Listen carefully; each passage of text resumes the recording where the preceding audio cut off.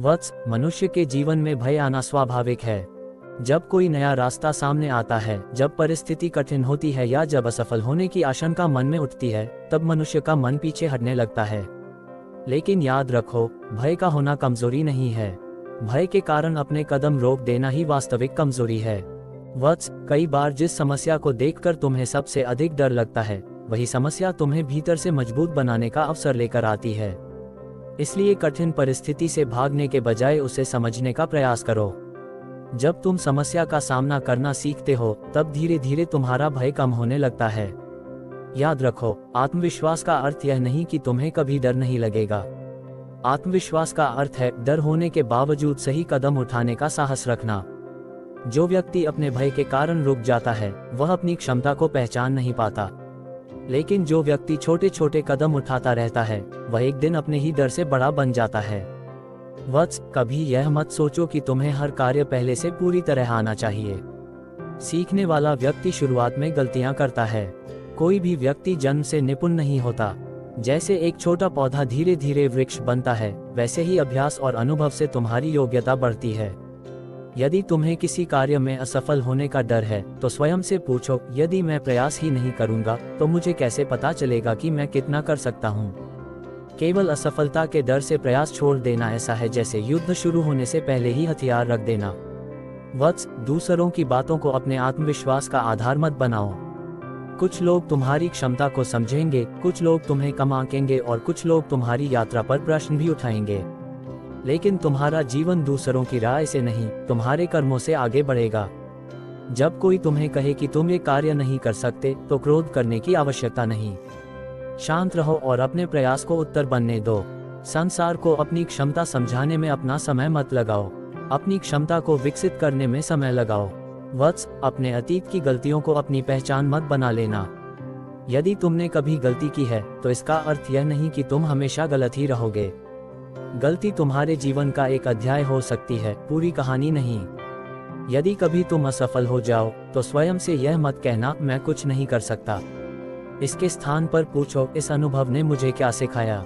ये छोटा सा परिवर्तन तुम्हारे सोचने का तरीका बदल सकता है।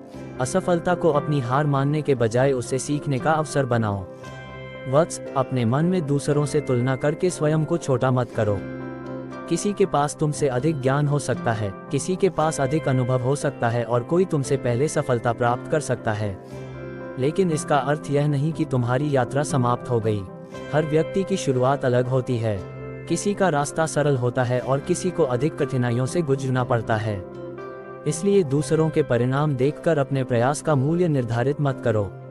अपने कल से बेहतर बनने का प्रयास करो। जब मन में नकारात्मक विचार आएं, तो हर विचार को सत्य मत मान लेना। मन कभी कभी ऐसी आशंकाएं पैदा करता है जिनका वास्तविकता से कोई संबंध नहीं होता। इसलिए किसी डर के कारण निर्णय लेने से पहले स्वयं से पूछो, क्या ये सच में समस्या है या केवल मेरे मन की आशंका? वत्स, आत्मविश्वास केवल बड़ी उपलब्धियों से नहीं बनता। जब तुम अपना छोटा सा वचन पूरा करते हो, जब तुम किसी कठिन विषय को समझने के लिए दोबारा प्रयास करते हो, जब तुम गलती स्वीकार करके उसे सुधारते हो, तब तुम्हारा विश्वास स्वयं पर मजबूत होता है। इसलिए अपने आप से किए गए छोटे वादों को भी गंभीरता से लो। यदि तुमने कहा है कि आज एक अध्याय पढ़ूंगा, तो उसे पूरा करने का प्रयास करो। यदि तुमने कहा है कि किसी कमजोरी पर काम करूंगा, तो शुरुआत करो। हर पूरा किया हुआ छोटा संकल्प तुम्हारे भीतर यह विश्वास पैदा करता है कि तुम अपने जीवन को दिशा दे सकते हो। वत्स, जब रास्ता कठिन हो, तब अपनी मंजिल को देखकर घबराना मत। केवल अगला कदम देखो। यदि तुम्हें पूरा रास्ता दिखाई नहीं दे रहा, तब भी पहला कदम उठाया जा सकता है। कई बार रास्ता आगे बढ़ने के बाद ही स्पष्ट होता है। याद रखो, साहस का अर्थ यह नहीं कि तुम हर परिस्थिति में अकेले सब कुछ संभालो।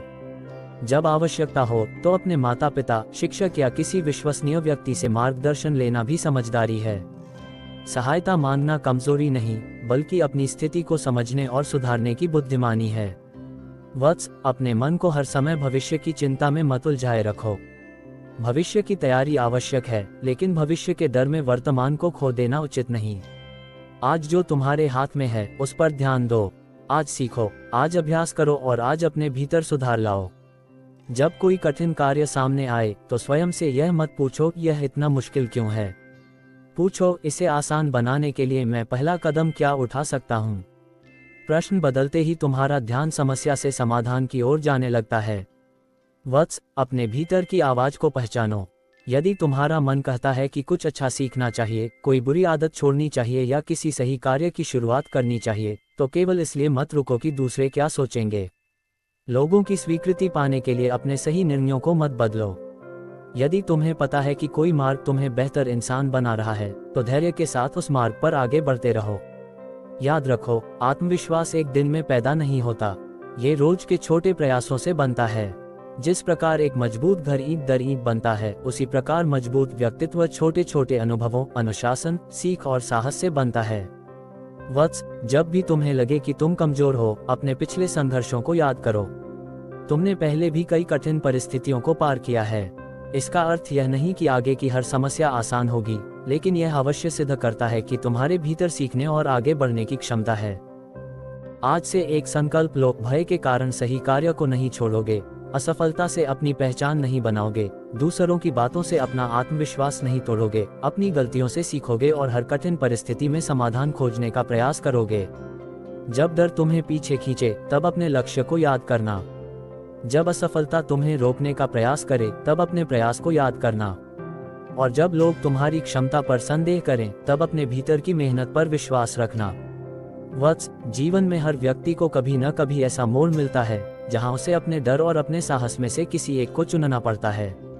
उस क्षण याद रखना, डर तुम्हें खतरे से सावधान कर सकता है, लेकिन निर्णय तुम्हें अपने विवेक से लेना है। इसलिए भय को अपना स्वामी मत बनने दो, उसे समझो, उससे सीखो और फिर सही दिशा में कदम बढ़ाओ। क्योंकि जो व्यक्ति अपने डर के सामने खड़ा होना सीख जाता है, अपनी गलतियों से सीखता है, स्वयं पर विश्वास रखता है और कठिन परिस्थितियों में भी प्रयास जारी रखता है, वह धीरे धीरे उस व्यक्ति में बदल जाता है बनने का सपना उसने कभी देखा था। अपने भीतर विश्वास रखो वत्स, क्योंकि तुम्हारी सबसे बड़ी शक्ति यह नहीं कि तुम्हारे रास्ते में कभी कठिनाई नहीं आएगी। तुम्हारी सबसे बड़ी शक्ति यह है कि कठिनाई आने के बाद भी तुम सीखकर, संभलकर और साहस के साथ आगे बढ़ सकते हो।